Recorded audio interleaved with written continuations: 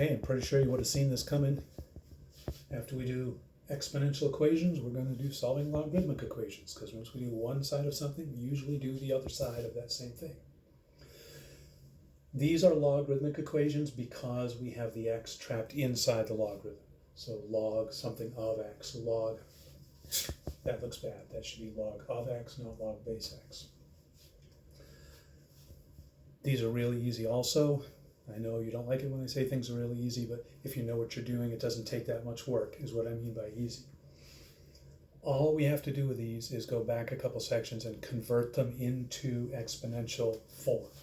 If we've got log base 5 of x is 4, that means 4 to the x power to the is x. So if I write it like that, 5 to the 4th power is x. It's no longer an equation, it's already solved. X is just 5 to the 4th power, which would be 625. Here, we don't have a base written, so you know what that means. That means we're talking log base 10. So we've got 10 to the negative 4th power equals x. If we write it like that, 10 to the negative 4 equals x, again, we're already solved. And 10 to the negative 4th power is going to be 0.0001. Easy enough to do in the calculator, but you know, the powers of 10, it's always point some number of zeros 1.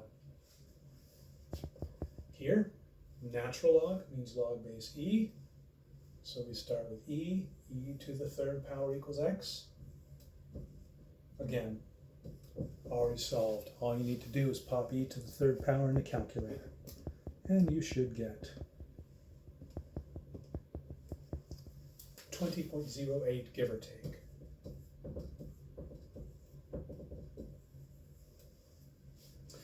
Okay, those are real simple, straightforward ones.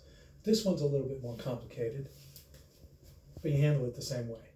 2 to the 5th power is that. 2 to the 5th is equal to 10 plus 3x.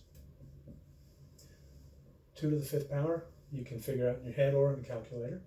That's going to be 32 equals 10 plus 3x. Subtract 10 from both sides, divide both sides by 3, and you get x equals 22 over 3. Or whatever you put in the calculator and get a decimal for. This one's a trick question. This is not a logarithmic equation because the x isn't trapped inside the log. The x is already alone on one side. So all you have to do is figure out what log base 64 1/4 is. And that's just converting using the change of base formula. Hope you remember that. Only a couple of lectures ago. The log of the thing over the log of the base. And I believe you would get 6th. Negative 1/3, I think is what you should get there. Log of 1 divided by 4 divided by log of 64, negative 1/3.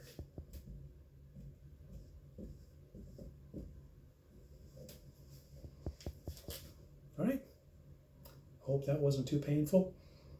Next one won't be any more painful than that.